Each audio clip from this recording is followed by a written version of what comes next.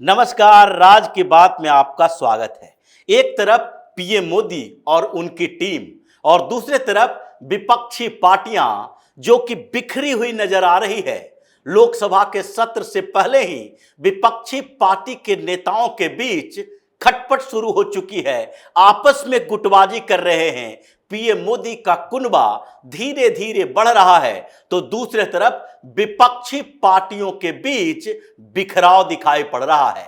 अमित शाह ताबड़तोड़ action mode में हैं, एक के बाद एक धड़ाधड़ मीटिंग ले रहे हैं और फिर केवल सिक्योरिटी व्यवस्था की बात नहीं है बल्कि सरकार को, सत्ता को पूरी तरीके से सुरक्षित रखने और लोकसभा में स्पीकर को लेकर कैसे पार्टियों के अपने साथ लाना है, इन सब के लिए मीटिंग का दौर चल रहा है। और साथ ही जो ताबड़तोड़ एक्शन लिए जा रहे हैं, अमित शाह ने जिस तरीके से मीटिंग ली और उसके बाद अलग अलग जगहों पर ईडी, सीबीआई और इन लोगों के जो खेमे में चल रहे एंटी इंडिया एक्टिविटी वाला गैंग है, उनके खिलाफ कार्रवाई की गई है। उससे अब राहुल गांधी को तो लग रहा है कि अंडरग्राउंड ही होना पड़ेगा।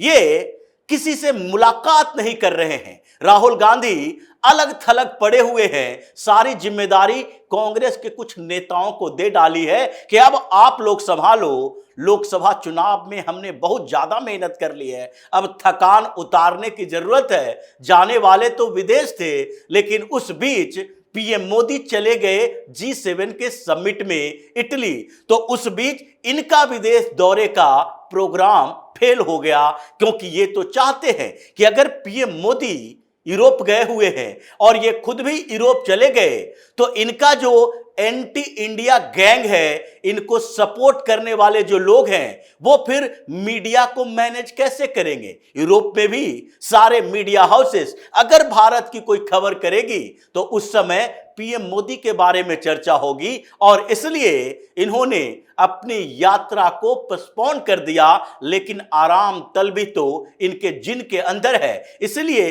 अभी साइड में बैठे हुए हैं। कर्नाटक से हंगामा की खबर आ रही है कि वहां सरकार परेशान है और लोग अब सरकार से सवाल खड़ा करने लगे हैं। ये फ्री बीज से काम नहीं चलेगा।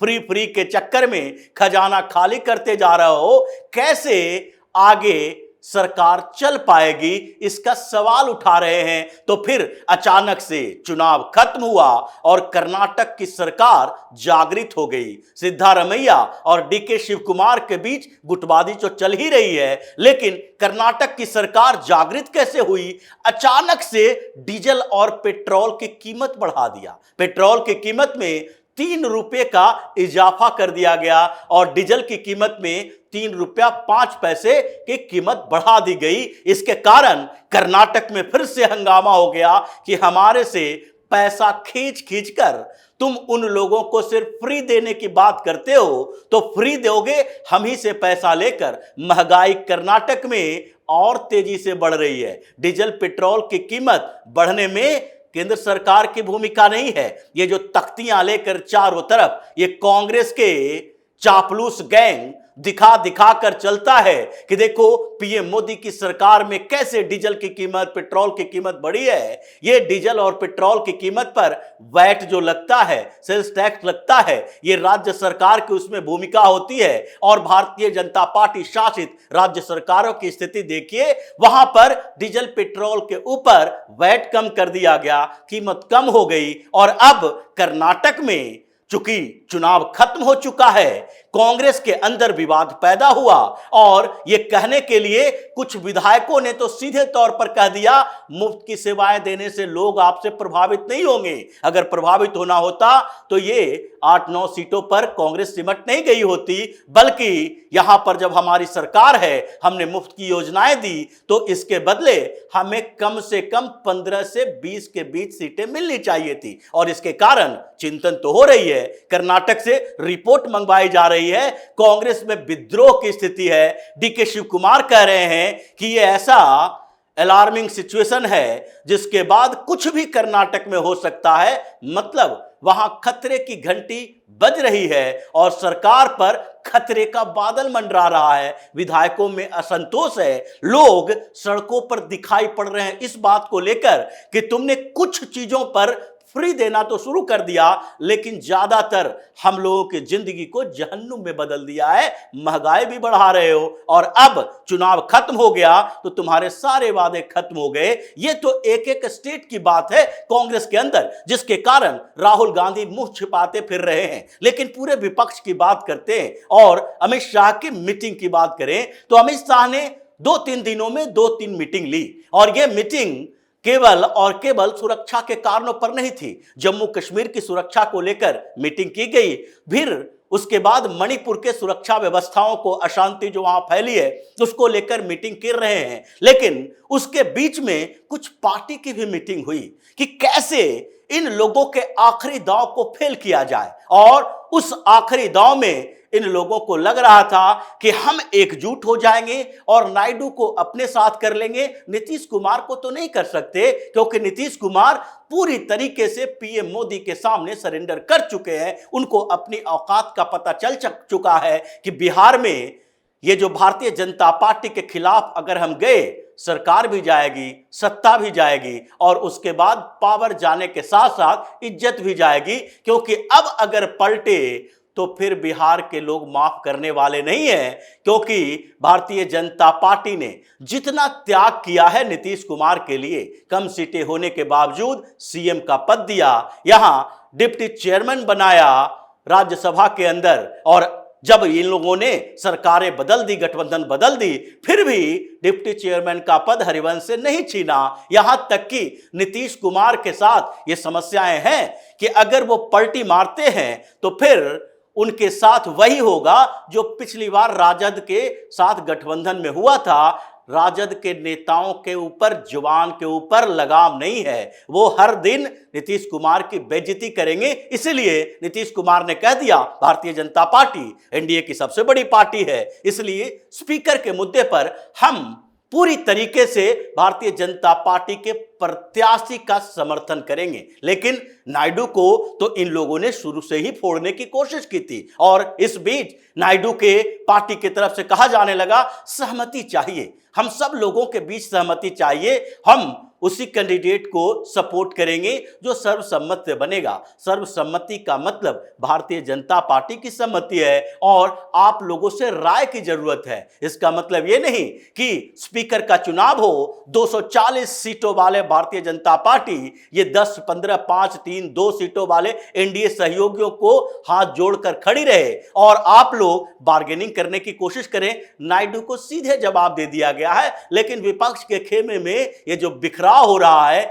हर दिन कुछ न कुछ कांड इन पार्टियों के भीतर हो रहा है। महाराष्ट्र में हंगामा चल रहा है, उद्धव ठाकरे सपोर्ट करने के लिए तैयार इन लोगों का नहीं है। इंडिया गठबंधन के जितने सहयोगी पार्टियां हैं वो राहुल गांधी के खिलाफ विद्रोह कर रहे हैं। यहां तक कि अखिलेश यादव से बार बार पूछा गया, भाई आप आगे सीटों के शेयरिंग के मामले में क्या करेंगे? उन्होंने कह दिया कि देखो जिस तरह की स्थितियां हैं, किसी पार्टी के साथ हम गठबंधन करते हैं, वो थोड़ी आगे बढ़ती है उत्तर प्रदेश में, उसके बाद हमारे साथ धोखा करने लगती है। जैसे मायावती की पार्टी के साथ पिछली बार गठबंधन किए, उनको 10 सीटें लोकसभा में मिली, उसके बाद उन्होंने हमसे गठबंधन तोड़ लिया। अब कांग्रेस की बात है, कांग्रेस जो पिछले 2 चुनावों में 2 सीट से ज्यादा जीत नहीं पाई, पिछले चुनाव में तो 1 सीट जीत पाई, इस बार गठबंधन के कारण 6 सीटें उत्तर प्रदेश में जीती है। और अब महत्वाकांक्षा देखो, राहुल गांधी ऐसे क्रेडिट लेने के चक्कर में घूमने की तैयारी कर रहे हैं कि उत्तर प्रदेश में घूम घूम कर बताएंगे दोनों भाई बहन यानी प्रियंका वाड्रा और राहुल गांधी कि देखो कैसे कांग्रेस अब आगे बढ़ रही है। ये मुस्लिम वोट के कंसोलिडेशन के लिए हम लोगों ने गठबंधन किया, लेकिन अब मुस्लिम वोट का बिखराव होगा। कांग्रेस को मजबूत देखते हुए मुसलमान फिर उसके साथ जाने लगते हैं और सपा देखती रह जाती है। जैसे कि मायावती आजकल गुस्साई हुई है कि जितने भी मुसलमानों को सपोर्ट कर लो, 51-55 सीटें दे दो, कोई फर्क नहीं पड़ेगा। इस लोकसभा में भी 35 मुस्लिम कैंडिडेट खड़ा किए, क्या फर्क पड़ा? एक भी मुसलमानों ने वोट नहीं दिया। इसलिए अब ये मुस्लिम सेंट्रिक राजनीति जो चल रही थी उसमें विपक्ष के अंदर बिखराव दिखाई पड़ रहा है, जबकि पीएम मोदी का कुनबा बढ़ रहा है। अगर देखा जाए तो यहां पर वाईएसआरसीपी और बीजेडी, ये दो पार्टियां, लोकसभा में बीजेडी के कोई बड़ी भूमिका नहीं है, लेकिन राज्यसभा में तो है।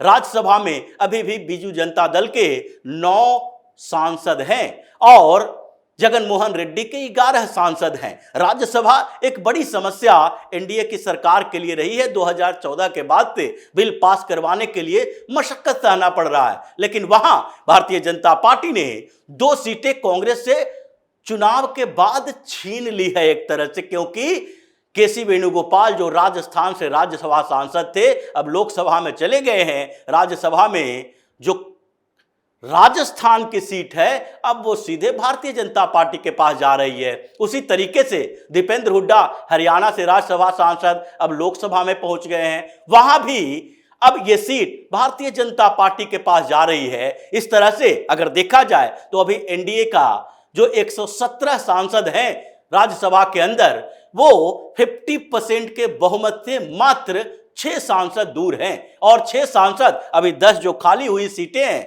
उसके चुनाव की घोषणा के बाद उसमें से 8 सीटें भारतीय जनता पार्टी जीतने वाली है, जिसके बाद इनके आंकड़े बढ़ रहे हैं। कांग्रेस का आंकड़ा नीचे गिरता जा रहा है राज्यसभा में भी और लोकसभा में तो अभी अभी देखिए क्या होता है। कई ऐसे सांसद हैं लोकसभा के अंदर जिनके ऊपर आरोप तय हो गया है, सजा मिलते ही इनकी सदस्यता चली जाएगी। उपचुनाव होने वाला है, अभी तो कांग्रेस की सीटें और कमने वाली है। राहुल गांधी 1 सीट से इस्तीफा देंगे, उसके बाद उपचुनाव में इस बार तय नहीं है कि कांग्रेस से जीत जाएगी। कम्युनिस्ट पार्टी भी वायनाड से पूरी मजबूती से लड़ने वाली है और भारतीय जनता पार्टी तो पहले भी मजबूती से लड़ी थी, लेकिन वहां मुसलमानों का वोट इस बार बिखरता दिखाई पड़ रहा है। तो जैसे जैसे पीएम मोदी का कुनबा बढ़ रहा है, वाईएसआरसीपी के 4 लोकसभा सांसद ये समर्थन देने के लिए तैयार हैं। नायडू को इसलिए साफ तौर पर कह दिया है, स्पीकर तो हम ही बनाएंगे, आपको समर्थन देना है आप दो, नहीं समर्थन देना है दूसरे लोग भी समर्थन देने के लिए तैयार हैं। अमित शाह की मीटिंग और विपक्ष में इस बिखराव के बीच अब धीरे धीरे लगने लगा है कि अगले 3 महीने के अंदर पीएम मोदी फिर से ये साबित कर देंगे कि इन सारे चोर लुटेरों के गैंग के अंदर उतनी ही ताकत है जितनी ताकत